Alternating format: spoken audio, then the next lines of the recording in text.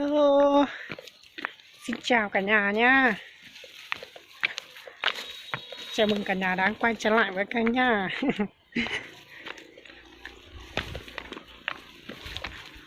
Hôm nay Mỹ Tụa sẽ đi đón em trai nha các bạn.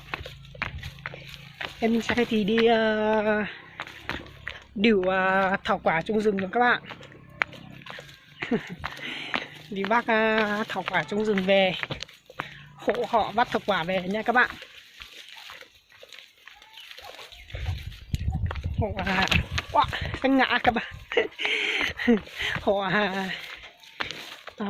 ông bà bên quê kia này điệu về nhà.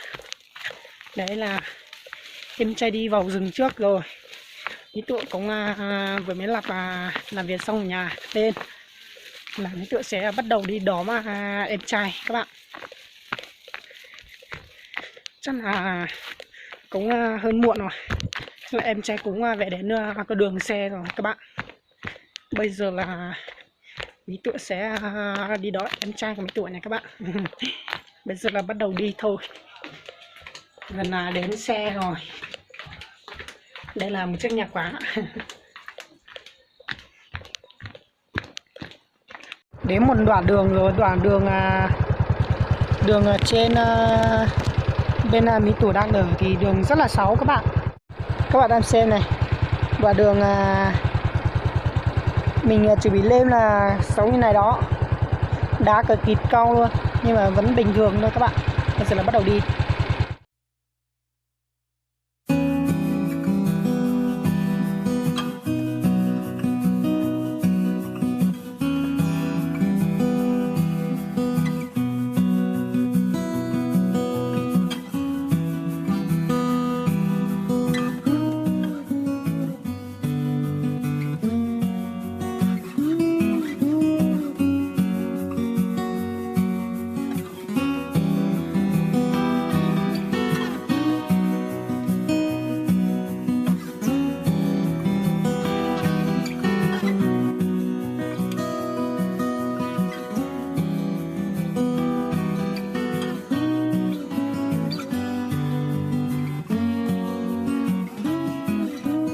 Thì em trai vẫn chưa về.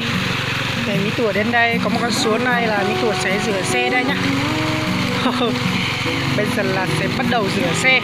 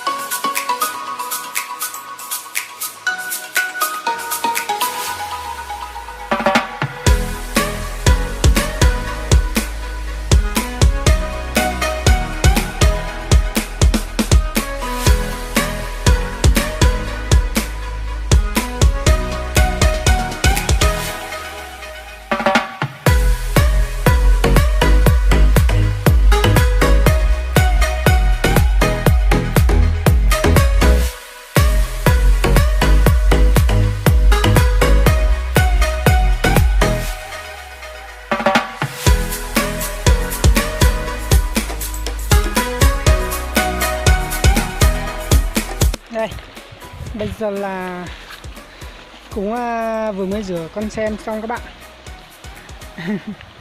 Vừa rửa xong rồi, sạch lắm à. Hoặc là sạch sạch như mới thì không sạch được, nhưng mà bây giờ cũng gọi là sạch rồi đấy.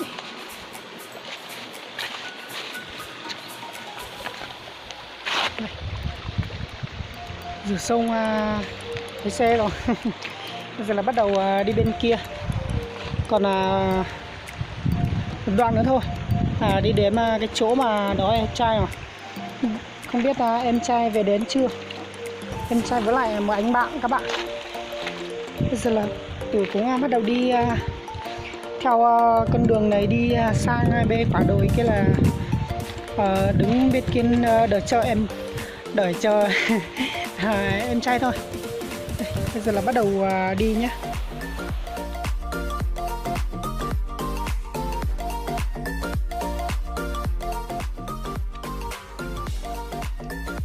Đấy, mình tự sẽ không cho em trai bớt khổ đâu. Em trai về đến kia là mình tự sẽ trở về thôi, vì là trên kia không có đường xe. Nếu như trên kia có đường xe nữa thì mình tự lái xe đi lên bên kia luôn. Đấy. Ông gần về đến rồi. Bắt đầu là chuẩn bị về nhà thôi. Đấy, em trai cũng về là đến kia rồi các bạn. Vừa mới ở được vài phút thôi, khoảng là 1 phút hay là 2 phút thôi, gì đấy đâu. Em trai cũng về đến kia rồi, sát ra đây rồi. Chắc là xuống dưới đến trên kia là mệt quá là nghỉ ngơi một chút thôi. Nhưng mà mình tụi cũng ở đây chơi thôi. Mình tụi cũng bảo là chiều lên, nhưng mà em trai đã về đến kia rồi, nhưng mà mình tụi phải ngồi đây thôi. Các bạn, em trai về đến kia rồi. Đấy, em trai về đến kia. Có một cô điệu nữa. Sẽ là mình sẽ lái xe sang bên kia thôi. Đây, bây giờ là em trai điệu được về rồi. Bây giờ là bắt đầu chở đi thôi. Một bao tải như này không phải là nhẹ đâu các bạn. Nhưng mà phơi khô rồi. Bây giờ là cũng thành công rồi, buộc thành công rồi. Bây giờ là mình tụi sẽ chuẩn bị về nhà thôi các bạn. Em trai thì chắc là về bộ thôi, nặng quá thì đường 6 nữa thì chắc là em trai về bộ thôi. Bây giờ là mình tụi sẽ bắt đầu để đi trước đi. Giờ là cũng chở được đến nhà rồi các bạn. Bây giờ là mình tụi chờ lên nhà thôi. Thôi mình tụi cũng xin muốn kết thúc cái clip này tại đây thôi. Và mình tụi đi chợ hộ cho em trai. Và cảm ơn các bạn đang xem cái clip mà mình tụi đi xem đi hỏi em trai chạy thử qua về nhá. Đó là quyền của em trai ạ. Em trai đi em trai đi làm ạ. Em trai cũng đi làm về. Cũng bye bye các bạn và gặp lại các bạn trong cái clip sau nhé các bạn. Rồi, bye.